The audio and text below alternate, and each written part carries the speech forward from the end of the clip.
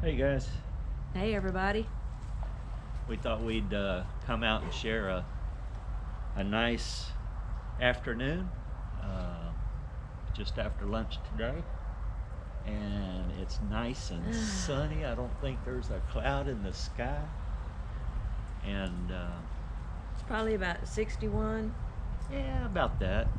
It's cold on the porch On the to porch, me. it's pretty cool. I have my blanket. But out here in the sun, it feels really good. It does. As you can see, our hummingbird bush is blooming again. This is the third time it's done this. And Butterflies, bumblebees. yeah, all kinds of butterflies. We haven't seen any hummingbirds. I think they've gone for the winter wherever they're going. But yeah, it's everything is blooming and The dogs love it. They're all laid out in the grass, all different spots. yeah, they'll just go lay out in the sun and sunbathe. It definitely feels better than in the shade. Yeah. But first week of December and a beautiful bush like this and sunny weather, and I know there are people that are Shoveling snow. yeah. Oof. Fighting all that. We're sorry about that. I'll speak for myself. I've only lived in two places, southern Alabama and southern Texas, and I can count the times on probably one hand that I've seen snow. So I don't know if I could actually live like that all the time. No, I mean, like when it snowed here a few years ago for Christmas. That was in 2017. Yeah. It was very nice, but I was glad to see it go.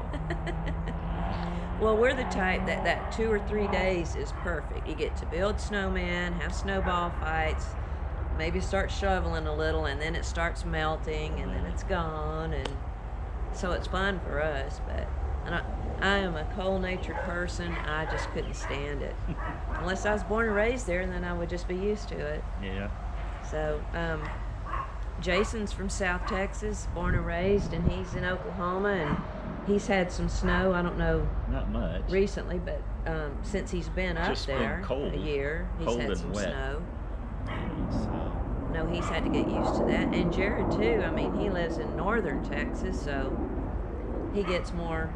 if you hear the jet noise in the background, that's our good old Naval Air Station Kingsville pilot trainers, T-45s, so You get to hear them when the northerly wind blows. yeah, and like when the Blue Angels come down here and do their shows, they fly right over us and go right back to Kingsville and do their aerials over there. But yeah, they fly all around us.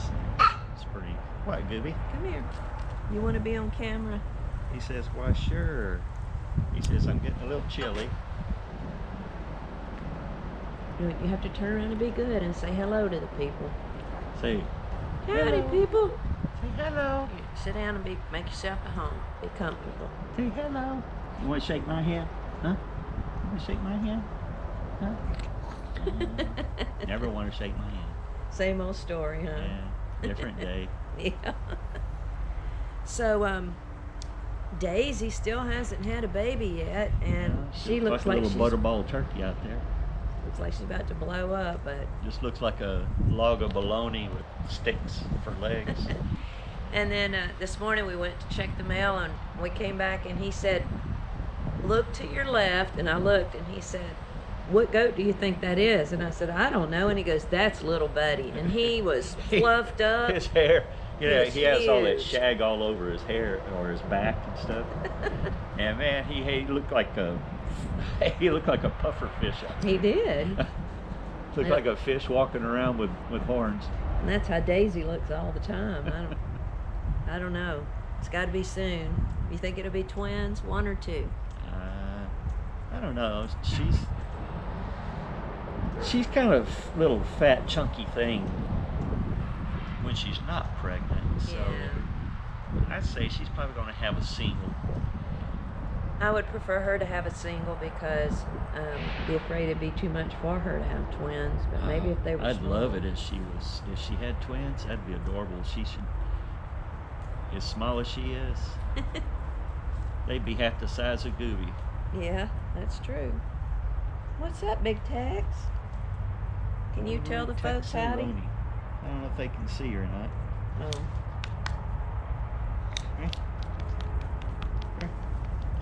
Well, I know they can see that head coming up. I hear another one coming. Hey, Bella. Uh-oh, there now he they is. can see. Hey, Tex. No, he can't be up here the whole time. You're not as easy to hold as Gooby. Say hello, goodbye. Big old boy. Yeah, just we bought a 50-pound bag of dog food. I don't know, when was that? It was what's today? Friday? Monday? Monday or Tuesday, we bought a 50-pound bag, and I just finished pouring the rest of it in their feeder. They eat a lot, They that's do. for sure. Probably 15 pounds a day, maybe. Between them. It's crazy. Bama looks real good. She doesn't ever look fat, but even Tex looks like he's putting on some weight. I see his ribs though; they stick through, but he is solid. I mean, he's like a horse. That's what you were saying the other day. If you ever grew into his skin, Yeah. he's going to be huge. He is undoubtedly the biggest dog we've ever owned. Yeah. I always kind of wanted like a Great Dane or something, so he's the closest we'll get. Yeah. He's good size. I mean, if Tucker's weighing like 100, 110, I'm sure Texas every bit of that. Yeah. And if you don't know, Tucker is Jared's dog, and Jared is our son, and his channel is Jared Crocker, so check him out. But they're pretty good dogs. Yeah, and I have been enjoying my tractor. I'll be putting out some videos about that, and different things that I'll be doing. I hadn't been doing a whole lot with it lately. It's been cold and we just been busy, and so I'm going to start doing little things with it that I've been wanting to do. I know one thing I wanted to talk about, and that's Granny. Yes. And Granny and Gina did come to our house for Thanksgiving, as well as Matt. And we did not video any. I took a few pictures, and that was it. We just wanted to not worry about putting the camera up. Not that we didn't want to share, but you know, we just needed that personal time. And I think we took a little clip and sent to the boys. You know. she had finished eating and she had cleaned her plate. So she has severe arthritis or something in her shoulder, and it's bruised up, and she's been real sore from that, and she was hurting that day. And Gina had told us, yeah, she can probably go for 2 hours, but after that she's going to be too tired. Well, she did stay 3 hours, and then she looked at Gina and said, "Are you ready to go, Gina?" But she told me later, she said, I sure wished I could have stayed longer. I wanted to visit more with y'all. And I said, no, I understand. You know, her shoulder's hurting so bad, and she takes Coumadin, and anyway, it affects her blood, and just the stress in her shoulders with the arthritis and stuff will start bruising her. You know, that's how tender she is. So, But Thanksgiving has always been our holiday with her, and for years, probably ever since my dad died, almost every year. So it was really good to have her, and we did all the traditional meal. He did another air fried turkey. That was the third turkey for us in the month of November. I don't want any more turkey for a while, do you? Maybe till Christmas. And I want some tamales for Christmas. yeah, that would be good. I also made dressing. The real Matt Crocker, our son, put out a video of when I made it after Jason and Jared left, but then I made it again for our Thanksgiving. I used that same recipe with the Jiffy mix and the cream of chicken soup. And It's good again. We had sweet potato casserole and pumpkin pie, con pie, store bought, and Some sauteed green beans and onions and liquid gold bacon grease. some cherry fluff, if y'all know what that Yeah. is, and rolls. And it was a lot, and it was just the 5 of us. And when Gina and Granny left, they took, well, a big to-go plate for each one of them and a dessert plate, and then we still ate it for days and days. So I am done with that stuff. Unless if somebody else invited me over to eat it, I would eat it, but I'm not cooking any more of that stuff for another year. You know, I don't want to. If you want one that bad, go and get a Swanson turkey meal. Anybody that's ever cooked a Thanksgiving meal knows it is not a one-day thing. It just is not. No matter how easy you make it, you still have to do a lot of prep work. But Yeah.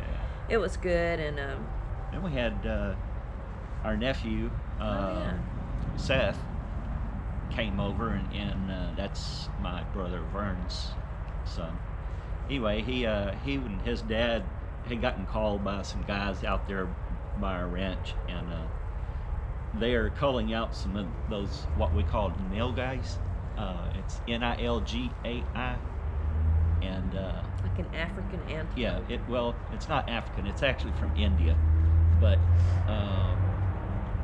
y'all could just look that up. And anyway, a lot of people were saying, "What, the male guy?" And referencing to that would be on one of Jason's videos out at the ranch. The 100-day challenge. Right. He's our other son. You should check him out. Right. But Right. got Anyway, the bull nail guy. yeah, the bull nail guy. Their back straps are probably 4 foot long, almost.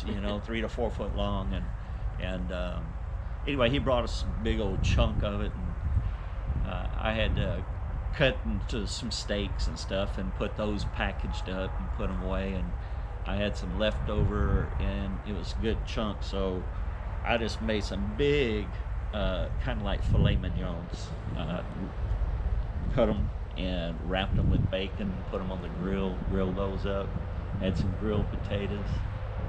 And That did was- it taste like a No. chicken? Did it taste like It pork, tasted or- like beef, just pure beef. Now, I've had Nilgai lots of times. That might be blinding them. I'm not sure. It's blinding me. Okay.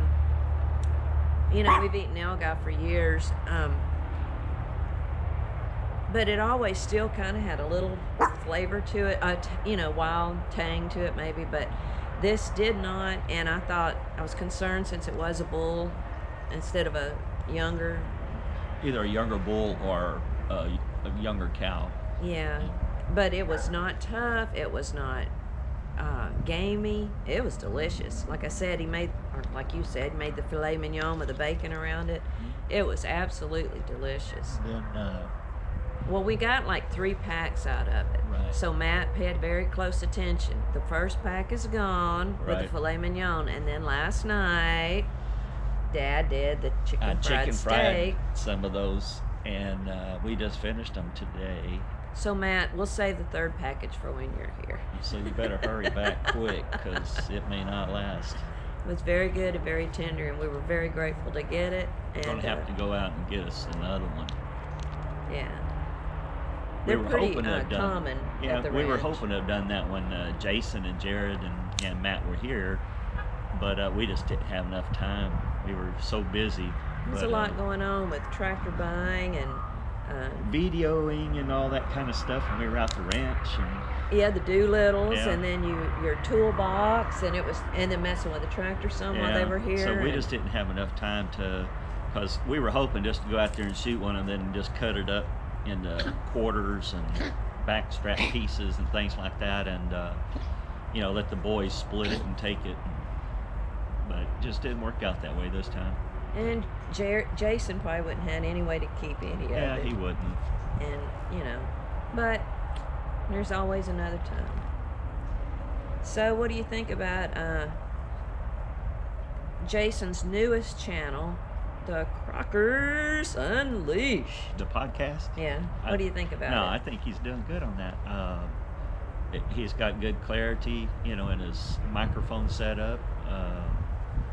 The way he's got his little room set up and everything. He he's doing good. I think he'll do well with that.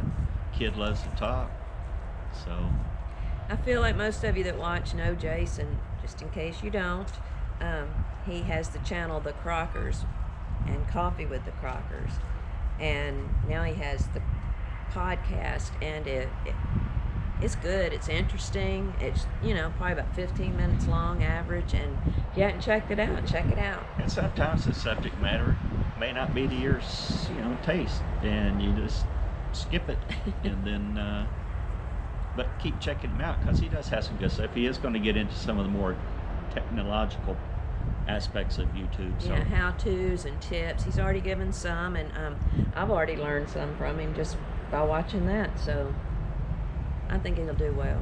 we'll never be able to do the cinematic stuff. That's just Well, I can't see to do it. She can't do I it. bet you could do it. I don't know. There's probably little tricks that he's going to teach us all that you'll be going, oh yeah. What? This is one of those days, like when you see the dogs just laid out in the sun, it just makes you so sleepy because I was really chilly when we first came out, but that sun is very warm. Yeah, it is. It feels good. And then to sit back here, I still see movement, so I know there's got to be There's butterflies. Bees and butterflies all over. The bumblebees are as big as the butterflies. But yeah, that's the third go around for that bush this year. You know, Yeah, it's crazy. and I guess it may continue on. I don't know. And if you watch Jared's video yesterday, well, you won't know what day it was when we put this out, but he had a video and he mentioned his plants in it that he took from here and how some of us ribbed him that they'd never grow because he would never plant them or anything. He took a cutting of this and he sent a picture, or maybe even put it on something else too, I don't know, Facebook maybe, but it's starting to root out or It's leaf starting out. to put out leaves, so Yeah, it's so going to be he's it's going to be excited. putting little roots out. So, and then I sent him up the ones that we dug up from the front yard with the tractor, those big Yes. clumps of stuff. When they come out and start, they come out with these bright orange flowers, and that's what we call the Firecracker. firecracker bush. If it'll snap, I'm not sure. Can they get closer so they can hear it? I know they heard that. I Yeah. did. So that's what we used to do this as kids. So all these bushes around here are starting to load up with all these orange flowers. So this beautiful orange hanging down is different from this orange that grows on the Right. firecracker. But Right. It all looks so pretty together, and it just drapes over, and the vines keep growing, and I was trying to get one. it's a good bush. I like it. It's Well, if pretty. you can pull that one, you can show them how they bloom out. Let's just take a closer look at the hummingbird bush. Isn't it lovely? And you can wear it as a corsage. Right? You can wear it in your hair. And these also, when they're still sealed up, they will also do like those little bushes, if it will. That one didn't. Almost. No, they didn't pop this time, I guess, but they will snap pop like those other ones. It's a very pretty bush, no doubt about it. Yeah, it just looks like a flaming bush. I guess No smell. maybe that was part of what Moses saw. Huh? Oh, you think this is the flaming bush? I don't know. Might be. Maybe. The burning bush? The burning bush. The burning bed. Aloha. Howdy. We in Texas. They are pretty. Remember when you and I first came back to Texas? Oh, I do. I didn't first. Well, yeah. Okay, we did. When We were moving. we were here. moving to Texas. We crossed the Louisiana-Texas line, and in Alabama, we were coming from Alabama, And I With a had banjo on her knee at that. I had Alabama tags because I was registered in Alabama, and so on the way back. But see, in Alabama, you only had to have one tag, In the rear. and it's got to be displayed in this proper place in the rear. Well, I still have my old Texas tag on the front because, you know, I wasn't going to get rid of my Texas tag. And they said that I only had to have the Alabama tag on the back, and I could display any other thing on the front. So that was cool. So Until you came back to Texas. until I come in, through the state line, and sure enough, DPS, pew, pulled me over, and I was like, "Well, what'd I do, sir?" He said, "Well, Well, no, he you rolled down the window and he did this. oh, you do it." Welcome to Texas. He had water tobacco in his mouth, I guess, and he spit. "Welcome to Texas." Like that. And then kind of like, boy, he didn't say that. I'm sure he didn't, but boy, you can't have that on the front of your car He said, and "You that other can't one on be the having back." two tags on there from two different states." And I was like, "Well, sir, that's all I know is Alabama hadn't done nothing to me about it." So anyway, he said, "Well, you need to take that one off." And Ignorance of the law is no excuse, you future policeman. I said, "Yes, sir." So anyway, took care of that business. But yeah, it was funny. It was her first saying, "Hey, welcome to Texas." I was like, yikes.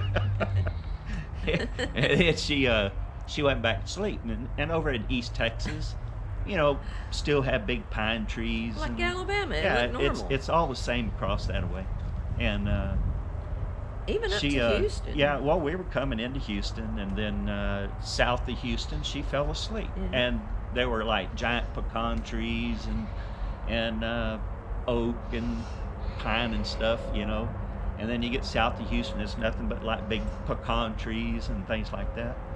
And so she fell asleep, and we got about, I don't know, hour or two from the house. Yes. And Somewhere around Corpus.